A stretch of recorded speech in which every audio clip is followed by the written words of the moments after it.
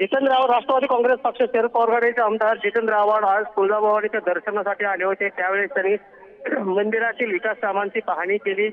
त्यांनी Xavier tweet केलं होतं की मंदिर पाडू नका, शिखर पाडू नका, जे ऐतिहासिक ठेवा आहे तो तसाच ठेवा आणि गाभारा काढू नका असं त्यांनी ट्विट केलं होतं। आता 6च्या नंतर ज्यावेळेस ते तुळजापूरच्या दर्शनासाठी आले होते, तुळजाभवानीच्या दर्शन झाल्यानंतर ज्यावेळेस मंदिराच्या वर आले त्यावेळेस भारतीय जनता पार्टीच्या कार्यकर्त्यांनी आणि स्थानिक लोकांनी त्यांना त्यांच्या गाडीसमोर बसले आणि त्यांना विचारणा केली, असं कोणी म्हटलं तुम्हाला असं की गाभारा काढणार आहोत, शिखर पाडणार आहोत किंवा मंदिर पाडणार आहोत, असं काही घडणार नाही, तरी सुद्धा तुम्ही असं का म्हणताय?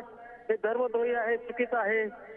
ऐतिहासिक ठेवा आम्ही जतन करणार आहोत, परंतु असं तुम्ही चुकीच्या पद्धतीने का तुम्ही माध्यमासमोर सांगता, असं त्या या आंदोलनकर्त्यांनी विचारण्यासाठी ते त्यांच्या गाडीसमोर बसवते। यावेळेस पोलीस आणि आंदोलक यांच्यामध्ये झटापट झाली। जितेंद्र आव्हाड हे आंदोलकाबरोबर चर्चा करण्यासाठी आलेच नाहीत, उलट ते गाडीत बसून निघून गेले। पण त्यांच्या गाडीसमोर स्थानिक नागरिक आणि भाजपा कार्यकर्ते यांनी रस्ता अडवून ठेवला होता, गाडी अडवून ठेवली होती, त्यांना जाण्यास मज्जाव केला होता, विचारणा करण्यासाठी ते बसले होते।